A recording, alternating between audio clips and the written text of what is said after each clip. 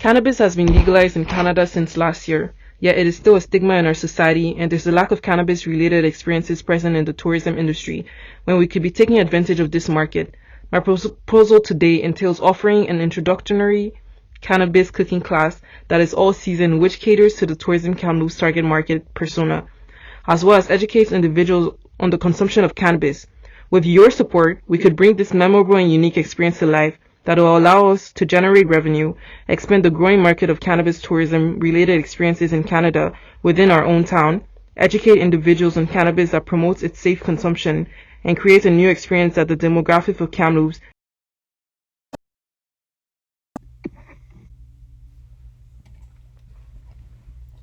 The number taken from the Tourism Kamloops Evolution Report from 2019 looks promising.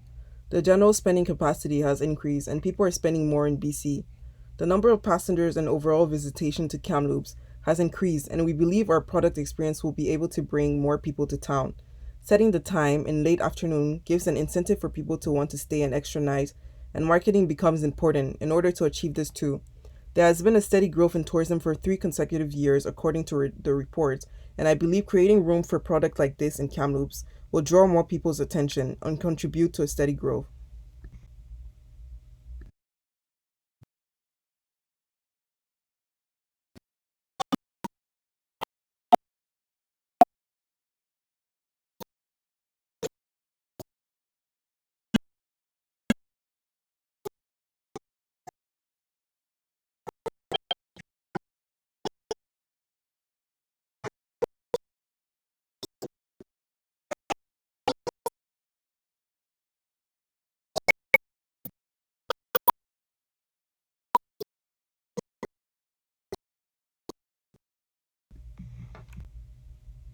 Now, I would like to give you a brief overview of the product experience we have to offer.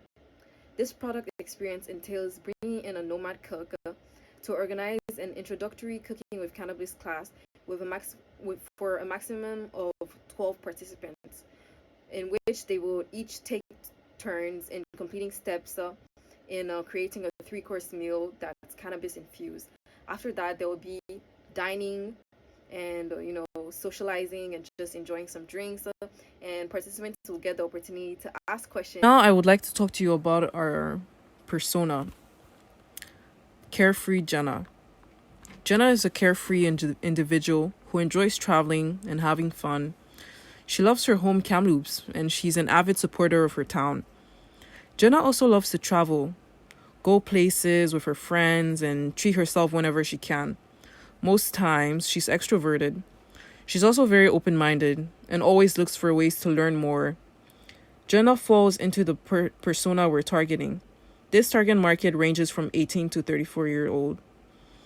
Most of this group from the Kamloops demographic would be students with either part-time or full-time jobs. Their relationship status range from single to married, etc. They make decent income, but also have support from family whenever they need, so they take advantage of their money to travel the world and experience new things. They're usually extroverted and love to be in crowds. This is why Jenna is a good representation of the type of persona we would want to target. She also suits the Tourism Kamloops target market as a domestic leisure traveler. Any opportunity Jenna has to try something new, she takes it. She's carefree, so she likes to relax and she likes fun and recreation, which suits the product experience we're offering. Jenna occasionally consumes cannabis recreationally, to relax, and also socially.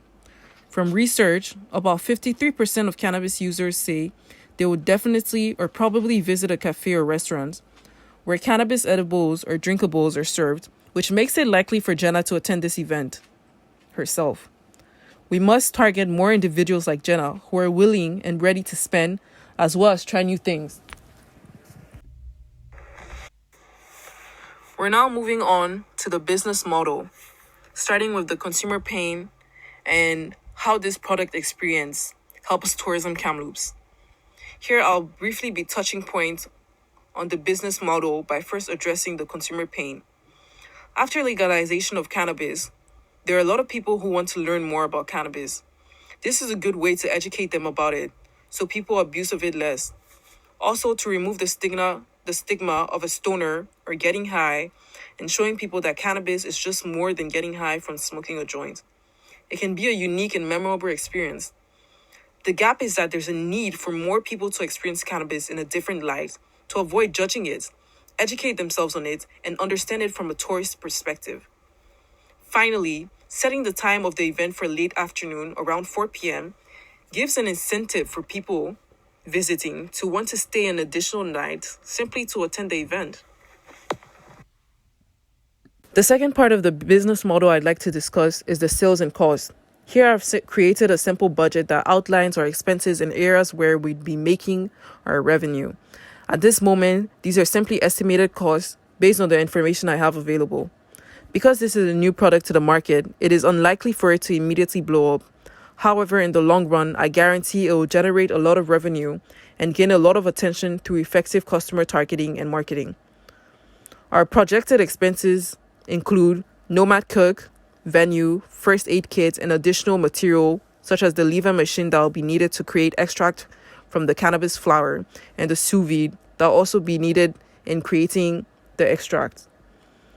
An additional expense is the shuttle if we're going to decide to do a pick and drop option for guests arriving to the venue and leaving the venue. Our projected revenues include ticket sales and possible sponsors. Moving on to the business model. Finally, we've arrived to the business model and barriers to entry and logistics. First of all, there are no licenses for using cannabis in cooking legally, so this could be an issue. In addition to that, there aren't any licenses allowing businesses to infuse cannabis in their cooking. This is some difficulties we found in trying to identify the ideal venue for this product experience. Right now, we've decided for it to be held at Terra Restaurant, but we're still trying to talk to them and trying to get more information about if this would be possible. If not, come up with our own space, which was recommended to us by the Nomad Cook after a call I had with them. They recommended creating our own space to avoid any of these logistical problems or problems with Health Canada in terms of cross-contamination in the kitchen. Another issue is the stigma around cannabis consumption, as well as transportation after the cannabis product experience, which could be an issue.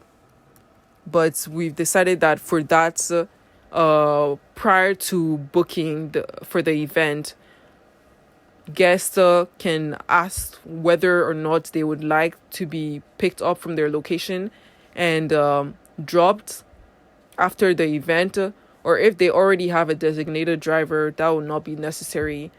If not, at the end of the event, we could also call cabs for them, but they would have to let us know prior to that. Finally, here I have a sample of the service blueprint, which portrays the customer journey and their whole experience in taking part of this product. The blueprint also represents a broken down, detailed itinerary to understand the flow of the event space, and if anything, where to fail, how to go about it. This is useful in the sense that it gives a visual depiction of how the event is going to go and how a guest would be experiencing it. So, for example, the customer journey experience begins all the way from the booking process and picking up the guests if we're going to be doing that, driving the guests to the location, greeting the guests, and finally ending with ensuring all the guests have left the premises. So my question to you is, are you ready to introduce a new profitable experience into the tourism market for Kamloops? Are you ready to break the stigma against cannabis and instead take advantage of its full potential? Let's bring a unique experience to the tourism Kamloops demographic and change its dynamic. You know it, I know it, we all know it. Let's get it done.